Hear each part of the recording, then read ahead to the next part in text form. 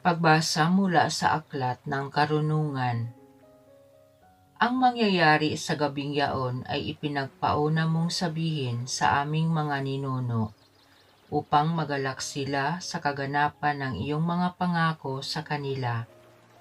Alam ng iyong bayan na ililigtas mo ang mga matuwid at parurusahan ang kanilang mga kaaway. Ang paraang ginamit mo sa pagpaparusa sa aming mga kaaway ay siya mo ring ginamit na pantawag sa amin upang kami ay bahaginan mo ng iyong kaluwalhatian. Ang mga tapat na anak ng mabuting bayang ito'y lihim na naghahandog. Nagkaisa silang sumunod sa mga utos ng Diyos at magsama sa hirap at ginhawa. Noon pa'y inaawit na nila ang matatandang awit na ito ng papuri. Ang salita ng Diyos. Mapalad ang ibinukod na bansang hinirang ng Diyos.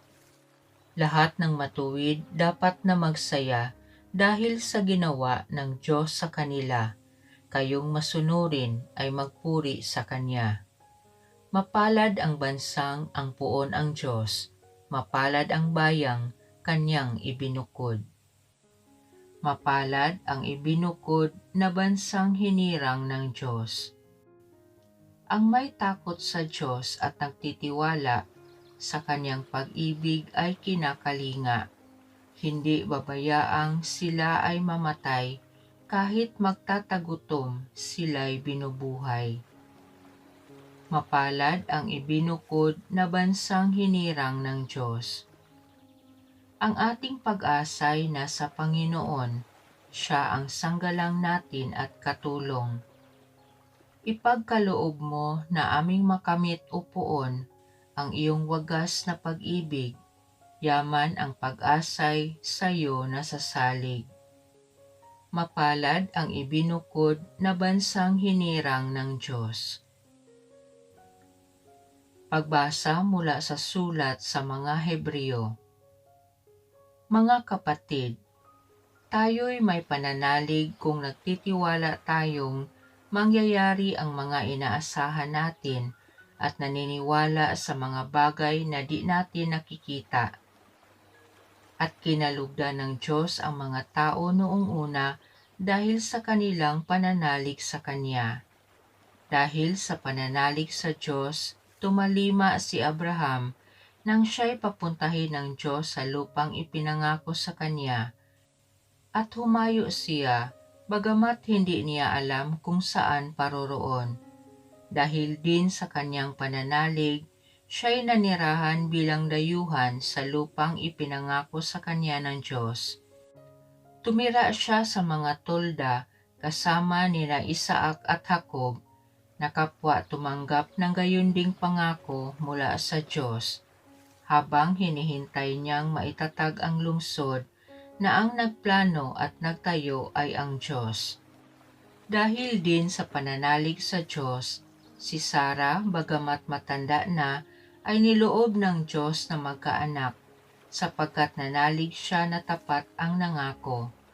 Kaya't sa taong maituturing na halos patay na, ay nagmula ang isang lahi na naging kasindami ng bituin sa langit at ng buhangin sa dalampasigan.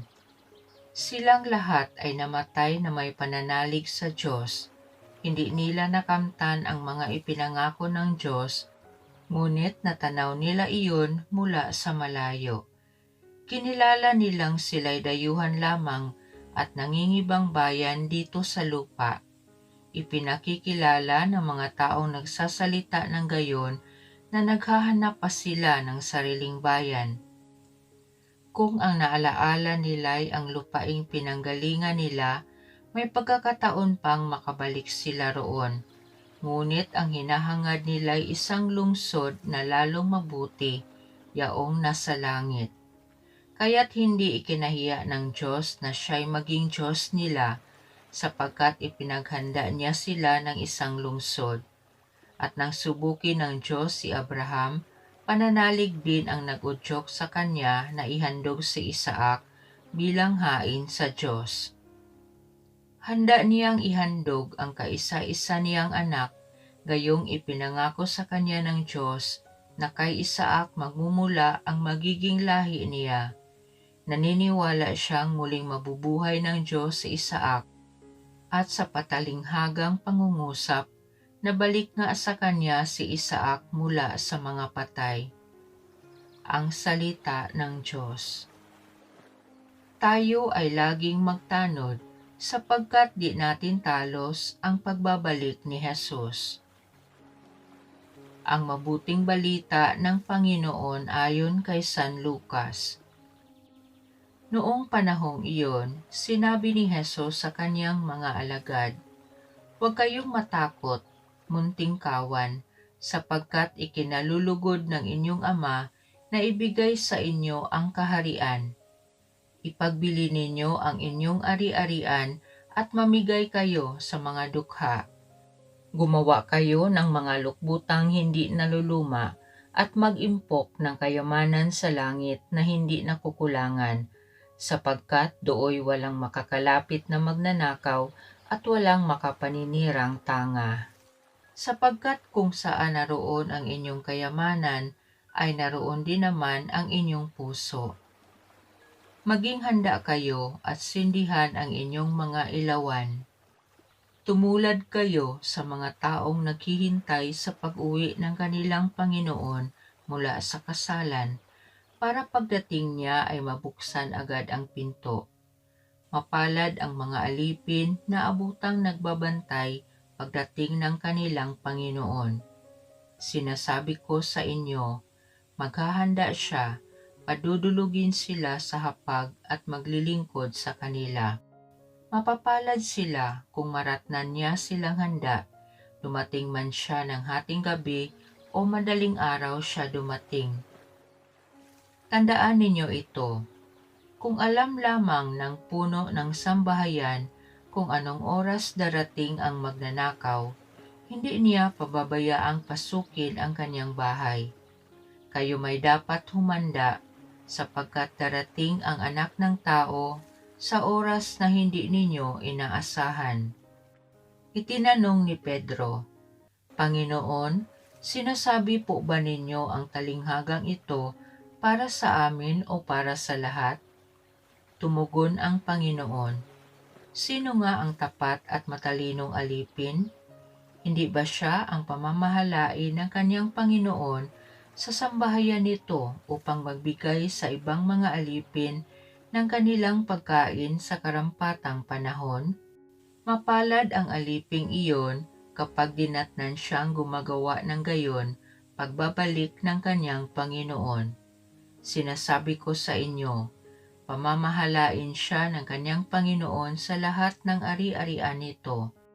Ngunit kung ang sabihin sa sarili ng aliping ito, matatagalan pa bago magbalik ang aking Panginoon, at simulan niyang bugbugin ang ibang aliping lalaki at babae, at kumain, uminom at maglasing, darating ang Panginoon ng aliping yaon sa araw na hindi niya inaasahan at sa oras na hindi niya alam. Buong higpit na parurusahan siya ng Panginoon at isasama sa mga di tapat. At ang aliping nakaalam ng kalooban ng kanyang Panginoon, ngunit hindi naghanda ni sumunod sa kalooban nito, ay tatanggap ng mabigat na parusa. Ngunit ang aliping hindi nakaalam ng kalooban ng kanyang Panginoon at gumawa ng mga bagay na nararapat niyang pagdusahan, ay tatanggap ng magaang parusa. Ang binigyan ng maraming bagay ay hahanapan ng maraming bagay, at ang pinagkatiwalaan ng lalong maraming bagay ay pananagutin sa lalong maraming bagay. Ang mabuting balita ng Panginoon. Panginoon, patatagin kami sa pananampalataya. Para sa simbahan ang esposa ni Kristo, naway ang pananalig niya sa Panginoong Hesus ay manatiling inspirasyon para sa lahat at mapatunayan ito sa kawang gawa. Manalangin tayo. Para sa Santo Papa, mga obispo at mga kura paroko, naway tapat nilang patnubayan ang mga pinamumunuan sa pamamagitan ng kanilang mga pangaral at halimbawa ng matibay at dalisay na pananampalataya. Manalangin tayo. Para sa lahat ng pinanghihinaan ng loob dahil sa masamang halimbawa ng ilang mananampalataya, naway pagalingin ng banal na espiritu ang kanilang mga sugat na pandamdamin at pangkaluluwa at papagningasin sa kanila ang alab ng matatag na pananalig. Manalangin tayo. Para sa ating lahat at sa mga mahal natin sa buhay, naway pahalagahan natin ang ating pananampalatayang Katoliko, pasiglahin ito ng panalangin at isabuhay ito araw-araw. Manalangin tayo. Tahimik nating ipanalangin ang ating sariling kahilingan.